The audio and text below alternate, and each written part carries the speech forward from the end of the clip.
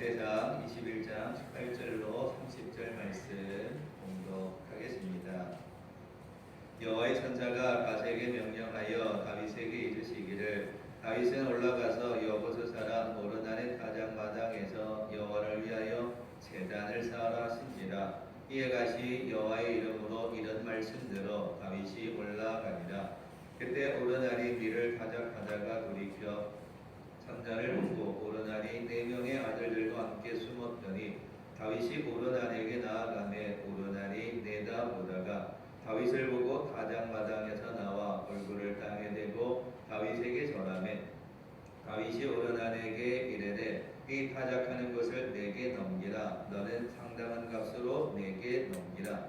내가 여호와를 위하여 여기 한 제단을 쌓으리니 그리하면 전염병이 백성 중에서 그치리라 하니 오르난이 다윗에게 말하되 왕은 취하소서. 내 주 왕께서 좋게 여기시는 대로 행하소서. 보소서 내가 이것들을 드리나이다. 소들은 번제물로 곡식 떠는 기계는 화목으로 밀은 소제물로 삼으시기를 위하여 다 드리나이다 하는지라. 다윗 왕이 오르난에게 이르되 그렇지 아니하다. 내가 반드시 상당한 값으로 사리라. 내가 여호와께 드리려고 내 물건을 빼앗지 아니하겠고 값 없이는 번제를 드리지도 아니하리라 하니라. 그리하여 다윗은 그 터값으로 급 600세겔을 알아 오르난에게 주고 다윗이 거기서 여호와를 위하여 제단을 쌓고 번제와 화목제를 드려 여호와께 아뢰었더니 여호와께서 하늘에서부터 번제단 위에 불을 내려 응답하시고 여호와께서 선자를 명령하시매 그가 칼을 칼집에 꽂았더라. 이때 다윗이 여호와께서 여보스 사람 오르난의 타작마당에서 응답하심을 보고 거기서 제사를 드렸으니 이적에 모세가 광야에서 지은 여호와의 성막과 번제단이 그때에 기브온 산당에 있었으나 다윗이 여호와의 천사의 칼을 두려워하여 감히 그 앞에 가서 하나님께 묻지 못하더라. 아멘. 종교 철학과 교수가 많은 사람들 앞에서 기독교에 대해서 비판하며 강연을 하였습니다. 이 기독교에 대해서 이 종교 철학자가 한껏 비판한 후에 강연이 마쳤습니다. 그리고 청중들에게 질문할 것이 있으면 질문하라 하니 한 노인이 손을 들게 되어지고 단에 올라가서 질문합니다. 그 노인은 이 많은 모여있는 사람들 앞에서 귤을 하나 다 먹게 됩니다. 그리고 돌아서서 교수에게 물어봅니다. 교수님, 질문 하나 하지요. 내가 지금 방금 까먹은 귤이 단 것인지 신 것인지 말할 수 있습니까? 라고 물었더니 그 종교 철학과 교수가 퉁명스럽게 그걸 내가 어떻게 하냐고. 내가 그 귤을 안 먹어보고 그 귤이 단 것인지 신 것인지 내가 어떻게 하냐고 막 퉁명스럽게 대답을 했습니다. 이때 그 대답을 들은 노인은 웃으면서 말합니다. 나는 예수님께 나오기 전에 나와 예수님의 사랑과 자비를 알기 전까지는 오랫동안 술고래였고 도박꾼이었습니다. 그런데 당신은 예수님을 맛보지 않고서 어떻게 그분에 대해서 그렇게 비판하며 말할 수 있습니까? 나는 술 주정뱅이였고 도박꾼이었는데 그 하나님의 사랑을 맛보고 나서 이렇게 달라진 인생을 살아가는데 당신은 그 하나님의 은혜의 맛도 보지 못하면서 어떻게 그렇게 비판하느냐라고 그 노인이 이야기를 했다는 겁니다. 유한 웨슬레 목사님은 3가지가 있어야 건전한 신앙이 될 수 있다 이런 표현을 한 적이 있습니다. 그 3가지는 머리, 가슴, 손입니다. 적어도 성도는 머리는 지식을 말하고 가슴은 체험을 말하고 손은 실천을 말하는데 적어도 하나님을 믿는 믿음의 성도는 하나님의 말씀을 아는 지식과 그 말씀을 실천하는 결단과 체험적인 신앙이 있어야 온전한 믿음이 될 수 있다. 이렇게 이야기를 하는 겁니다. 이론적인 신앙하고 체험적인 신앙은 다 같은 신앙이지만 조금은 다른 겁니다. 남대문을 눈으로 직접 가서 본 사람하고 그저 이야기로 들은 것하고는 당연히 차이가 있을 수 있다는 겁니다. 예수님의 은혜, 하나님의 은혜, 불같은 역사를 맛보지 아니하고서는 하나님에 대해서 다 안다 말할 수가 없는 겁니다.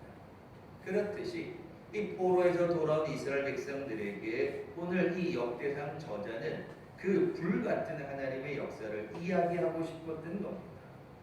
다윗의 이야기를 통하여서 비록 지금 우리가 포로에서 돌아왔지만 다시 회복되기 위해서는, 다시 이스라엘의 역사가 회복되기 위해서는 불같은 하나님의 역사가 일어나야 되는데, 그 불같은 하나님의 역사는 언제 일어나는가?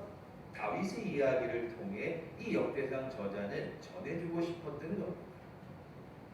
오늘 이 시간 예배드리는 성도 여러분, 불같은 하나님의 은혜, 불같은 하나님의 축복, 그 언제 일어나는가? 오늘 다윗에게 일어난 사건을 통해 그 시작을 찾아보려 합니다. 우리가 신앙생활할 때마다 참 뜨거워지기를 원하고 참 불같은 하나님의 은혜가 충만해지기를 원합니다. 근데 그게 잘 안 되죠. 불같은 은혜, 뜨거운 역사가 일어나기를 원하는데 언제 그와 같은 일이 일어나는가? 오늘 읽은 26절 말씀에 다윗이 거기서 여호와를 위하여 제단을 쌓고 번제와 화목제를 드려 여호와께 아뢰었더니 여호와께서 하늘에서부터 번제단 위에 불을 내려 응답하시더라. 불을 내려 응답하셨다는 겁니다. 언제? 제단을 쌓고 번제와 화목제를 드릴 때입니다. 제단을 쌓고 번제와 화목제를 드렸다는 건 지금의 말로 바꾸면 예배를 드렸다는 겁니다. 하나님 앞에 예배를 드릴 때에, 진정한 마음으로 예배 드릴 때 그 예배의 자리에 불같은 은혜가 임하였다는 겁니다. 그러면 이 역대상 21장에서 다윗은 왜 제단을 쌓아서 하나님 앞에 예배를 드렸는가? 21장 전체 내용에 보면 다윗이 인구를 조사하는 내용이 있습니다. 아니, 왕이니까 인구를 조사해야 군대도 정비하고 나라를 뭔가 계획적으로 이끌어갈 수 있지 않겠습니까? 하나님의 뜻과는 상관없이 다윗이 자신의 계획으로 그냥 인구를 조사합니다. 그 일이 하나님의 뜻에 어긋난 거였습니다. 그래서 사람의 일로 생각해 보면 그렇게 썩 잘못한 건 아닌 것 같은데, 이스라엘의 전쟁은 사람의 숫자에 있지 않았습니다. 이스라엘 군대의 전쟁은 하나님의 능력에 있는 것이 숫자가 많으냐, 무기가 많으냐, 적으냐가 아니었습니다. 그런데 다윗은 하나님의 뜻과는 상관없이 자기의 생각대로 인구를 조사하게 되어졌습니다. 그 일로 인하여서 하나님이 이스라엘에 전염병을 일으키게 되어지고 그 전염병으로 7만 명이나 되는 사람이 목숨을 잃게 되었습니다. 7만 명이나 되는 사람이 목숨을 잃게 되었으자 다윗은 그것이 자기의 잘못인 줄 깨닫게 됩니다. 그래서 하나님께서 가성지절을 통하여서 오르난의 마당에 가서 예배를 드려라, 단을 쌓으라고 명령을 합니다.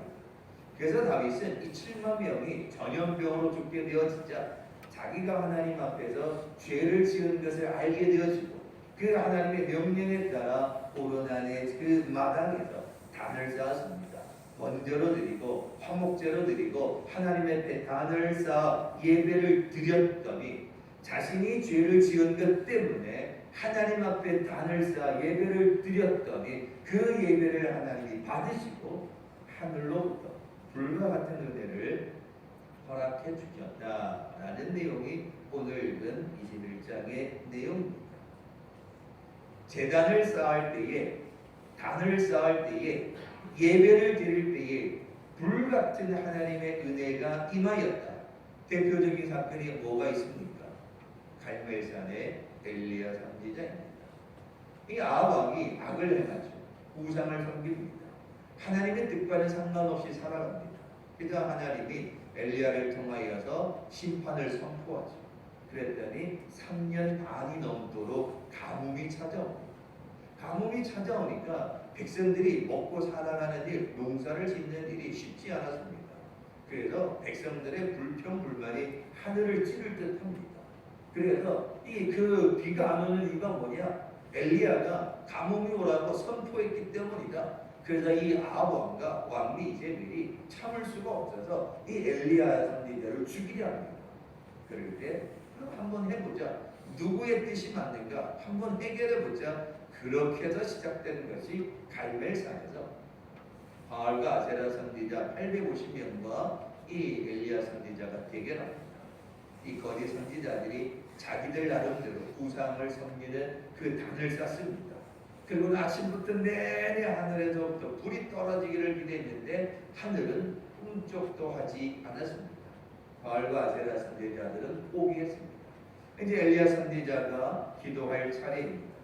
열왕기상 18장에 이르기를 그가 도랑을 만들고 나무를 쌓고 송아지 밥을 떠서 나무 위에 놓습니다. 그리고는 물을 4통이나 떠다가 나무 위에 붓습니다. 송아지로 각을 뜬 제단 위에 다 붓습니다. 아니 불이 붙으려면 많은 장작이어야 되는데 4통이나 되는 물을 더 많도록 그냥 그 당 위에 다 부어버렸습니다. 젖었지요. 들여진 재물도 젖어버렸고 그 말랐던 장작들도 다 물에 흠뻑 젖게 됩니다. 그럴 때 이 엘리야는 이렇게 기도하기 시작합니다.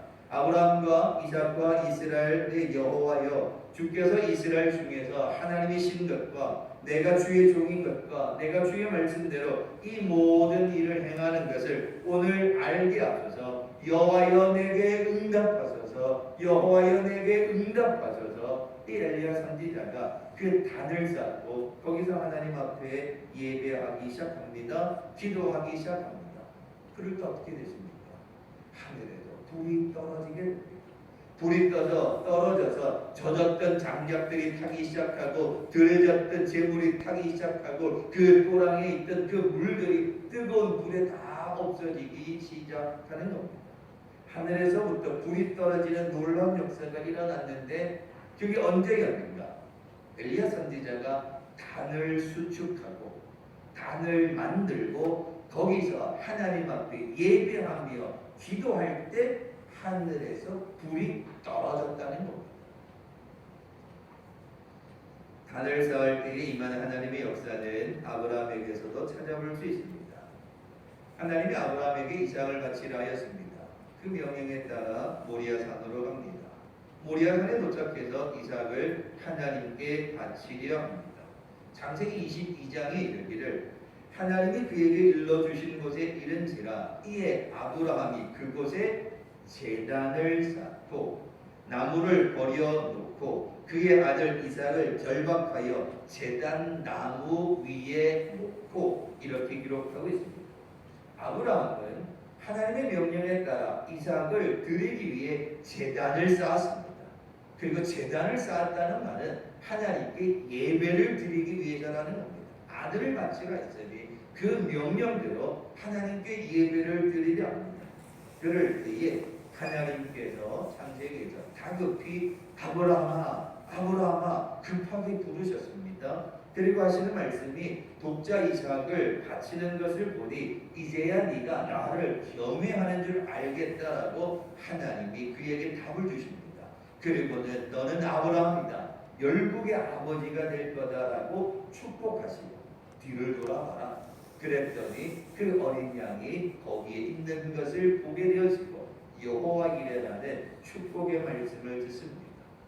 아들 이삭을 바치려 했다가 하나님께서 이제야 네가 나를 경외하는 줄 아노라 축복하시고 양을 준비하고 여호와 이레의 축복을 받게 되는데 그 여호와 이레의 축복 불같은 은혜는 언제? 아브라함이 이삭을 바치려고 단을 쌓을 때 예배를 드릴 때에 그와 같은 하나님의 은혜가 임하였다라는 것을 이야기해 주고 있습니다. 오늘 이 시간 예배드리는 성도 여러분, 불같은 하나님의 은혜는 불같은 하나님의 역사는 언제 일어나는가? 예배드릴 때입니다. 성경은 모이기를 힘써야 한다고 합니다. 왜 모여야 합니까? 예배를 드리기 위해서입니다. 때를 얻든지 못 얻든지 항상 모이기를 힘써야 한다 했습니다. 왜 그래야 합니까? 하나님을 예배하기 위해서입니다. 왜 하나님을 예배하죠? 그러면 영과 진리로 예배하는 그곳에 불같은 하나님의 역사가 임하기 때문이라는 겁니다. 불같은 하나님의 역사, 하나님의 축복은 언제 임하는가? 예배할 때입니다. 그래서 예수님도 마지막 때가 되어지면 영과 진리로 예배하는 자를 찾을 때가 온다는 겁니다. 그냥 형식적으로 드려지는 예배가 아닙니다. 그냥 사람들 보기 좋아라 드리는 예배가 아닙니다. 하나님이 기뻐하시는 영과 진리로 하나님이 기뻐 받으시는 그 예배는 언제? 이 하나님 앞에 제대로 된 예배를 드릴 때에 하나님이 불같은 은혜를 더하여 주신다라는 겁니다. 그렇기에 오늘 이 시간 예배 드리는 여러분 항상 기쁜 마음으로 영과 진리로 예배하셔야 합니다. 예배가 그래서 소중합니다. 그래서 하나님 앞에 나와 진심을 다해 예배하면 그 예배 가운데 하나님의 불같은 은혜가 임한다는 겁니다.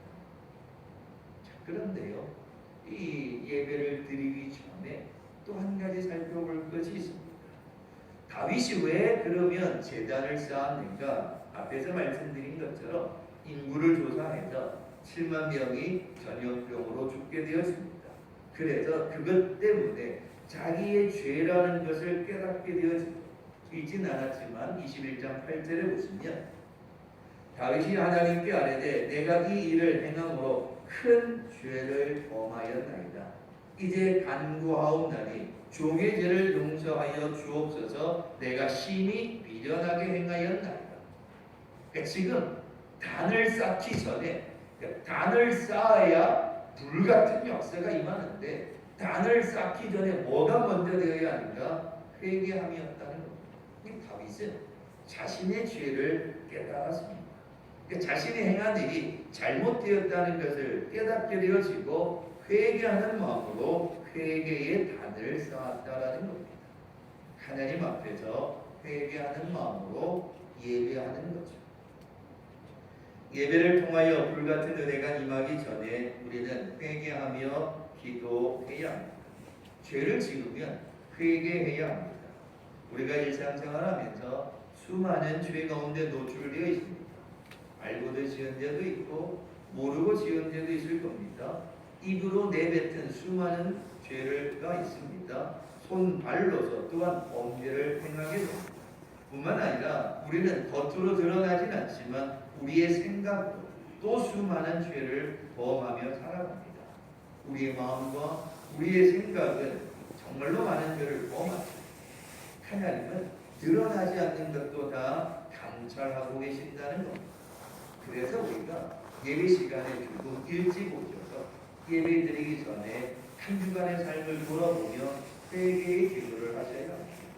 오늘 본문은 어딘가, 오늘 찬송은 어딘가 찾아보고 그리고 조금 더 남은 시간에 한 주간의 삶을 돌아보면서 내가 하나님 앞에 지은 죄가 없는가, 나의 삶이, 나의 행동이 죄 가운데 있지는 않았는가 철저하게 우리의 죄를 고백합니다. 그리고 예배를 드리는 거죠. 그럴 때 불같은 역사가 임하게 되어진다라는 겁니다. 그래서 다윗은 하나님의 선지자가 들려준 이야기를 듣고 회개합니다. 그리고는 오르날의 그 마당에 올라가서 단을 쌓습니다. 예배를 드립니다. 불같은 하나님의 역사가 일어났던 겁니다. 그런데 오늘 읽은 말씀 가운데 또 한 가지 우리가 더 예배하기 전에 살펴보아야 할 것이 있습니다. 그건 무엇인가 하면 18절 말씀에 보면 여보스 사람 오르날의 타작마당에서 여호와를 위하여 제단을 쌓아라. 그러니까 하필이면 그 사람의 타작마당이었을까? 그리고 다윗이 오르날에게 찾아갑니다. 하나님께서 말씀하셨으니 그 마당을 내게 팔아라 이렇게 이야기합니다. 그랬더니 이 오르날이라는 사람이 아이고 무슨 말씀하십니까? 다윗이 당연히 왕이고 또 하나님께 예배를 드린다고 하면 아이고 그냥 우리 땅 그냥 가져가 쓰십시오. 우리 집에 있는 소도 농작물 다 가져다 쓰라고 이야기를 합니다. 다윗이 왕이니까. 그래? 그렇지 뭐. 내가 왕이고 또 하나님께 예배한다 그러니까 오르나니라는 사람이 그냥 가져다가 쓰세요. 그래? 그렇지 뭐. 라고 할 수도 있었을 텐데 다윗은 그러지 않았습니다. 지금 다윗이 단을 쌓는 건 죄를 지었고 그것 때문에 회개하는 마음으로 단을 쌓는 거였습니다. 회개하며 나아가는 일에는 자신의 희생이 필요하다는 걸 다윗은 알고 있었습니다. 내가 지금 좋은 뜻에서 내가 잘해서가 아니라 죄를 지었고 그 죄를 회개하는 마음으로 단을 쌓는 일에 그저 얻으려 하지 않았습니다. 24절 마지막에 보면 값없이 번제를 드리지도 아니하리라 하였습니다. 값없이 희생 없이 번제를 예배를 드리지 않겠다는 겁니다. 그리고는 금 600세겔을 오르나에게 주게 됩니다. 금 한 세겔은 은 15세겔, 은 한 세겔은 노동자의 4일에 해당하는 품삯입니다. 그러니까 이걸 이제 단순한 계산으로 계산기를 두들기면 당시 노동자가 일해야 하는데 그게 36,000일이 된다고 합니다. 100년이 걸려야 받을 수 있는 돈이 금 600세겔이라는 엄청난 값입니다. 다윗은 그 땅을 그 돈을 지급하고 사게 됩니다. 하나님이 임재하시는 불같은 역사가 일어나는 예배는 어떤 예배인가? 나의 헌신이 나의 희생이 필요한 예배입니다. 여러분도 오늘 이 시간을 헌신해서 오셨고 또 예물로 헌신합니다. 그러니까 하나님은 우리 자신이 희생하며 산 제물로 드려지는 그 예배를 기뻐 받으시고 불같은 역사를 임하여 주신다는 겁니다. 하나님께서 다윗에게 야 단을 쌓아서 예배 드려라. 예 알았습니다. 그래서 다윗이 아무데나 그냥 단을 쌓고 아무데나 불을 질러서 그렇게 단을 쌓는가? 아니라는 겁니다. 불같은 하나님의 역사가 임하기 전에 다윗은 철저하게 자신의 죄를 깨닫습니다. 그리고는 하나님 앞에 예배 드리러 가는 일에 그저 가지 않았다는 겁니다. 자신을 희생하였다는 거죠. 자신의 것을 취한 마음대로 취한 것이 아니라 값을 치르고 그곳에 나아갔다는 겁니다. 예배는 시간이 남을 때 드리는 것이 예배가 아닙니다. 시간이 없어도 나의 시간을 헌신하여 드리는 예배가 참된 예배입니다. 오늘은 바쁜 일이 없으니 오늘은 힘든 일이 없으니까 오늘은 특별한 약속이 없으니 예배나 드리자. 온전한 예배가 아닐 것입니다. 물론 예배 드리지 않는 것보다 좋은 거지만 하나님이 기뻐하시는 예배가 아니라는 겁니다. 바쁜 중에도 힘든 중에도 피곤한 중에도 나의 시간을 들여서 마음을 들여 헌신하는 마음으로 회개하며 예배 드릴 때 그 예배를 하나님이 받으시고 불같은 은혜를 더하여 주신다라는 겁니다. 예물도 마찬가지입니다. 경제적으로 어렵습니다. 살아가는 일에 물질이 많이 드는 것 사실입니다. 그런데 물질로 인해 많은 시험거리가 있습니다. 하나님께 예물을 드리는 것에 시험될 때가 많습니다. 헌금은, 예물은, 11조는, 감사헌금은 그 외 모든 예물은 남아서 드리는 것이 아닙니다. 예물은 하나님이 우리에게 주신 것을 다시 하나님께 드리는 겁니다. 그것이 하나님이 기뻐 받으시는 예물입니다.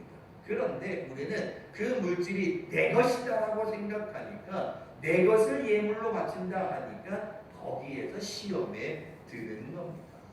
기도도 마찬가지입니다. 피곤하고 지친 삶을 살다 보니 기도하기 어렵습니다. 깨어있어 기도해야 하는데 마음은 원이로되 육신이 연약하여서 잘 못합니다. 그러나 분명히 성경은 찾아야 한다고 말하고 구하여야 한다고 말하고 두들겨야 한다라고 성경은 분명히 우리들에게 이야기해 주고 있습니다. 왜 그럴까요? 구하고 찾고 두들겨야 불같은 하나님의 역사가 응답의 역사가 일어난다는 예배는 이런 나의 헌신이 있어야 합니다. 다윗이 오르날의 타작마당을 왕으로서 그저 취할 수도 있었습니다. 그러나 그 값을 치루었습니다. 그 값을 치루었다는 건 그만큼 희생하고 헌신했다는 겁니다. 제단을 쌓는 일에 예배를 드리는데 나 자신을 희생하고 헌신하고 나를 드릴 때에 그 산 제물을 하나님이 기뻐 받으시자 불같은 은혜를 더하여 주신다는 겁니다. 말씀을 내드려 합니다. 종교 철학자는 예수를 맛보지 않았기에 사람들 앞에서 기독교에 대해서 예수님에 대해서 비난하였습니다. 그러나 그 노인은 자신이 알코올 중독자였고 도박꾼이었지만 예수를 만나보고 나니 하나님의 은혜를 체험하고 나니 그것보다 더 큰 은혜가 없다는 것을 알아 달라진 인생을 살아가게 되었다라는 겁니다. 이 시간 예배드리는 모든 성도 여러분, 불같은 하나님의 은혜, 불같은 하나님의 축복, 하늘로부터 임하는 놀라운 은혜가 여러분의 삶의 자리에 충만하기를 원합니다. 불같은 은혜를 받으셔야 합니다. 불같은 축복을 받으셔야 합니다. 코로나 시대에 하나님의 은혜 없이 어찌 우리가 이겨낼 수 있겠습니까? 근데 그 불같은 은혜는 그냥 맹숭맹숭해서 되는 건 아닙니다. 하나님 앞에 우리 자신을 회개하고 우리 자신을 드려서 때로는 시간을 드리고 우리의 마음을 드리고 우리의 전부를 드려서 하나님 앞에 예배할 때 단을 쌓고 회개하는 마음으로 내 자신을 드려 하나님 앞에 예배를 드릴 때에 하나님의 불같은 역사가 임하게 되었습니다. 그 사실을 오늘 다윗을 통해 우리들에게 이야기합니다. 아브라함에게도 단을 쌓을 때에 하나님의 축복이 임하게 되었습니다. 엘리야도 하나님 앞에 단을 쌓아 예배할 때에 하늘로부터 불같은 은혜가 임하였음을 성경은 우리들에게 가르쳐 주고 있습니다. 불같은 하나님의 역사, 하나님의 은혜 언제부터 시작할까요? 예배 드릴 때입니다. 그저 형식적인 예배가 아니라 우리 자신을 돌아보아 회개하고 우리 자신을 산제물로 드리는 우리의 헌신이 드려질 때에 하나님이 그 예배를 기뻐 받으시고 하나님의 한없는 은혜를 불과 같이 우리에게 쏟아주실 줄 믿습니다. 올 한 해 하나님께 소망을 두고 예배함으로 인해 불같은 하나님의 은혜가 임하기 위해 예배의 자리에 나와 회개하는 마음으로 우리 자신을 드려 예배하고 또 예배함으로 불같은 은혜를 경험하는 축복의 성도들 되시길 주님의 이름으로 축원합니다. 기도하겠습니다. 고마우신 아버지 하나님 감사합니다. 우리가 신앙생활하는 가운데 많은 어려움이 있습니다. 그럼에도 불구하고 예배하며 나아가는 믿음의 성도들에게 인도하여 주시옵소서. 회개하는 마음으로 우리 자신을 드려 하나님이 기뻐하시는 예배를 드리는 축복의 성도가 되게 하여 주시옵소서.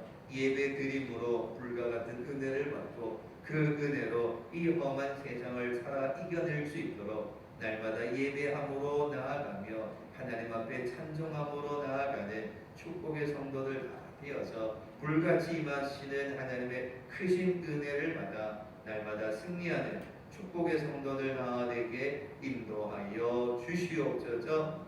감사드리며 예수님의 이름으로 기도하옵나이다. 아멘.